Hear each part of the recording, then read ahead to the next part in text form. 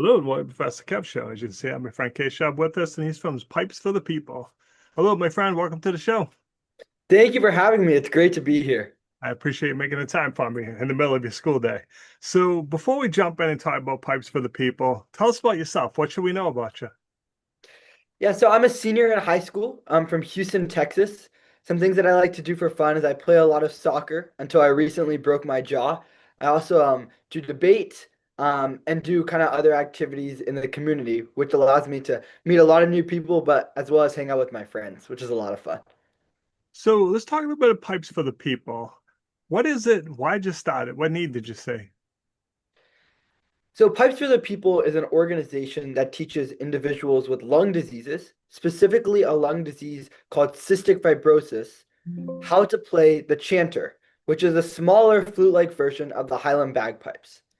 Now, I know that sounds like a lot, so let me take you a little bit back. So, I've been playing the bagpipes since I was in second grade, through my school in Houston, my former school, and it's taken me all around the world to the World Pipe Band Championships in Scotland, even to townships around South Africa, and even outside of the World Series. So the bagpipes have taken me to some really cool places. But there was one place where I never expected it would really take me, and that was in my own home when I fell sick in my freshman year with a respiratory infection. And I decided to play my bagpipes, and I felt my lungs gradually opening up. Now, it wasn't just spontaneous, it took a little bit, but after blowing into my pipe, over time, I felt like my coughing, like the mucus out, and I felt myself breathing easier. And it made me think of the idea, if the bagpipes could help me breathe better and eventually help me heal from this respiratory infection, could they help others as well? And I had this idea and I was unsure of where to take it until I started looking more into lung diseases. And that's when I learned about cystic fibrosis. And for those that are not familiar, cystic fibrosis is a chronic genetic lung disease that affects people of all ages because it's genetic, which made it kind of very familiar to me because there's people of my own age that are affected with cystic fibrosis. And two main things. One, it makes it very difficult to breathe. I won't go into the science. But two, you're not able to really communicate in person with other people with cystic fibrosis or other people in general because of the risk of cross infection that could be deadly.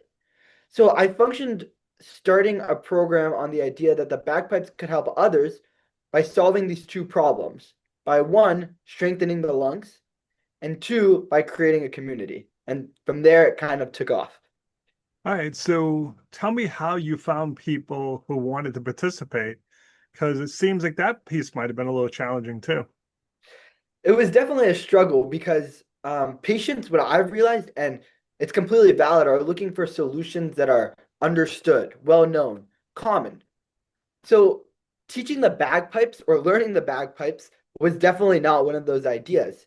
And it started with me sending a lot of emails out to doctors and foundation leaders, specifically the Cystic Fibrosis Foundation in Texas, as well as doctors all around my area. And it did take a few months. It took a lot of calls, a lot of pitching, a lot of refining, because throughout this process, I started to learn new stuff about where there's regulations, where I can communicate with patients, etc. But although it deterred kind of me starting the idea, it allowed me to really build a strong foundation, which allowed the idea to grow. So eventually, a few doctors and I started to take this idea on, and they connected me with the Cystic Fibrosis Foundation in Houston, where I'm from. And I started to connect with children with cystic fibrosis in Houston. And I started just teaching them the lessons. I wasn't really thinking of this as a scalable idea, just a testable idea. It might be cool that I can share the instrument I love, the bagpipes, with others. So I decided to give it a try. And honestly, at first it was rough. I mean, learning the bagpipes for anyone is really hard. I remember I started in second grade and it took 2 years before I could even get to the big bagpipe. I was using flute-like before. But the interesting thing I learned from these patients with cystic fibrosis is although it was super hard, they were coughing a lot, they were very excited to take on this challenge, super optimistic. Between coughs, we would talk about, say, the school week, which they're actually in virtual school. So we would talk about stuff like books that they like, activities, and I would share stuff about my life too. And it really just started to turn into a community. And from there, it began to expand. So I guess from when you were talking to people about this and you like play the bagpipe, I guess my first thought was, how can I? I have cystic fibrosis. So did you feel some people were like looking at you like, okay, this idea is just strange. I can't do this. It's funny that you say that, and I credit the fact that our idea got rejected so many times for us to figuring out ways to combat this idea. So by working with so many doctors, because so many doctors either said, no, not right now, we're too busy, or this idea is far-fetched, I started to look even more into the science and actually refine the pitch. So I don't actually receive any kind of, I don't want to say backlash now from patients. Many are super enthusiastic because I've refined the pitch. And the pitch Mhm. is, it's actually really cool. Patients with cystic fibrosis and lung diseases go through these treatments called pulmonary function tests, where you blow into something called a Okay. spirometer, and it like challenges your lungs, and it mirrors something called the active cycle of breathing technique. And what's really interesting is our program has done like extensive look into this. Playing the chanter actually mirrors this while making it natural and fun.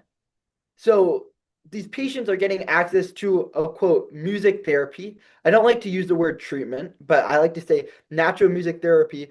Well, not actually feeling like it's a therapy. Well, they're just doing a hobby, which is kind of the exciting part. So now they're not seeing it really as a daunting challenge. They're kind of seeing it as an opportunity to pick up something new. So fast forward 3 years from now, where do you see the organization? It's an interesting question just because I see the growth really as unlimited. So I'll first give you kind of how we've grown so far and Sure. then how I expect or I hope growth to happen. So currently, right now, we're expanding in around 15 countries across 5 continents. Wow. And we've worked with cystic fibrosis foundations around the United States and around the world at kind of top CF centers around the country. I'll give a little statistics. We've seen a 2 to 5 times increase in breathing capacity among patients, and we're working with the University of Pittsburgh, actually doing a clinical study right now to test the effects of bagpipe playing. The coolest thing is actually the people that you get to meet, though. So, recently we're actually working with the Doctors of King Charles on this project in the UK, which is super exciting. But to answer your question, in around 3 years, I see really us focusing more now on the community aspect. So we're growing. We have instructors in all these countries that are fellow piping friends that I've met just throughout the years. And we're growing this community. But I really hope that while the bagpipes are great, we can continue to emphasize even more this idea of building an online community. And that's what I hope to kind of nourish over the next 3 years. So it's kind of scaling to people with cystic fibrosis and expanding to other lung diseases like COPD and asthma, as well as creating an online community that is functional every single day. So what's the best way for people to reach out to you if they want to learn more and get involved? Yeah, so website is pipesforthepeople.com, as well as we have an Instagram social that's kind of rising. Most of the marketing like thrown out is by the Cystic Fibrosis Foundation. So I should mention that we were very lucky to receive the impact grant from the National Cystic Fibrosis Foundation for a second year now. So they help a lot with the marketing. But also, if you go ahead and search up Pipes for the People or even my name on the internet, you'll find a few articles by local news or by bagpiping news about the program that kind of gives a little more vetting. And you can find our website, and we'll get back to you in around maximum 12 hours. Everyone's always on top of that. Awesome. I appreciate you taking a few minutes to call on the show. And as always, thanks for being my friend. Thank you so much.